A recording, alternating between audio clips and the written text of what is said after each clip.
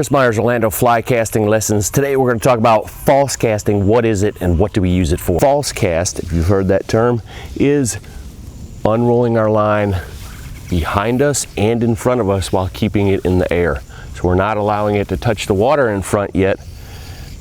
Waving that back and forth is false casting. We're using it for a variety of things, mainly to move our fly from one location to another. So that's probably the thing it is used for the most. And when fly fishing, we do not want to make huge changes of direction.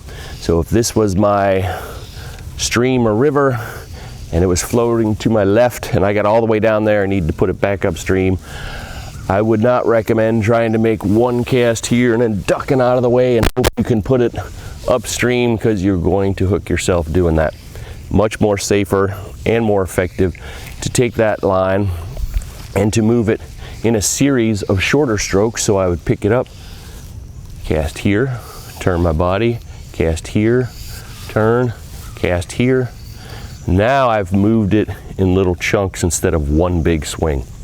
Something else that we use false casting for quite a bit is to dial in our aim. So if I see a spot I want to get that fly, I see a fish, a rock, a stick, a swirl, a splash, whatever's attracting me to that location, I can use false casting to unroll my fly right above that target and see, yes, I know where it's going to land. It's going to land right there.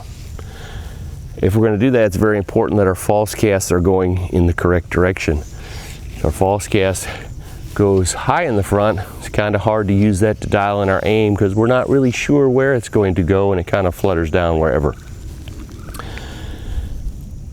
Another thing we can use that fly cast for is to increase the amount of line we have outside our tip. So as we're going back and forth, we're feeding out some line. So every stroke the line gets a little longer, which means our pause has to get longer on the following stroke, and our overall stroke length is going to continue to increase. If I start with a very short piece of line, only need to make a short stroke, very, very short pause. But now I'm going to start feeding line out on the backstroke, forward stroke, backstroke, forward stroke, backstroke, forward stroke. And every stroke, the overall length got longer. The pause had to be longer because it takes longer for that piece of line to unroll. So that is something else that we commonly use false casting for. Now, a lot of people that I have the opportunity to fish with fall into the habit of false casting far too many times. And by that I mean that they get their fly over the fish and they just continue to cast it back and forth and do this, unrolling the fly exactly where they're going to let it go in the end, and it just becomes a habit. And the fish see your rod moving, they see the line, they see the shadow from the line, something spooks them off before you get in the water.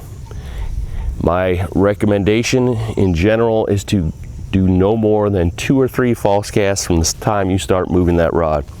So if I had this in the water and I was going to cast, I'm going to go 1, 2, let it go. And with 2 back casts, unless we're making huge changes of directions, we're fishing in the same general spot, 2 back casts, 3 at the most, will get you plenty of distance and opportunity to get dialing your accuracy.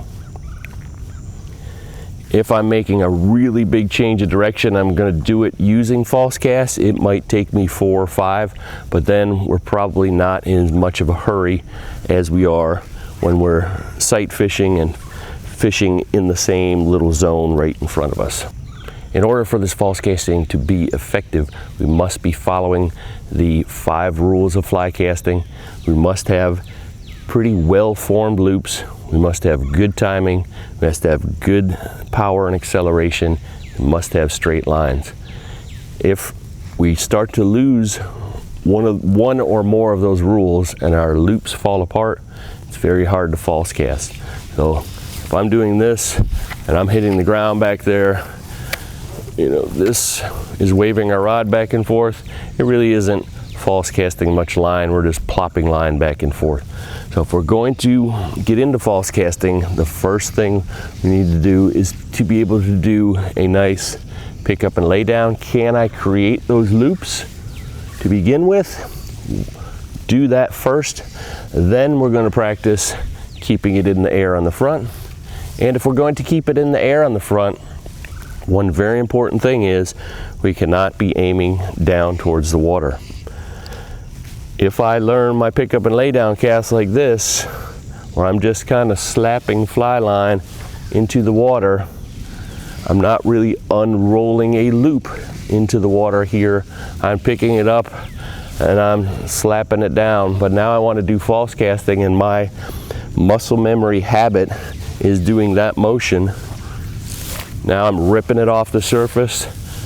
I'm having to use a lot of force to pull the line back off that surface. I'm scaring every fish around, making all that noise.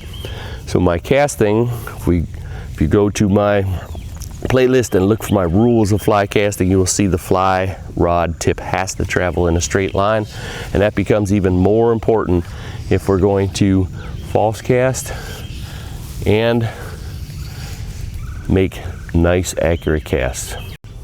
So that's my tip for today. If you're new to fly fishing, you can check out my Fly Fishing for Beginners playlist. It's full of fly casting tips.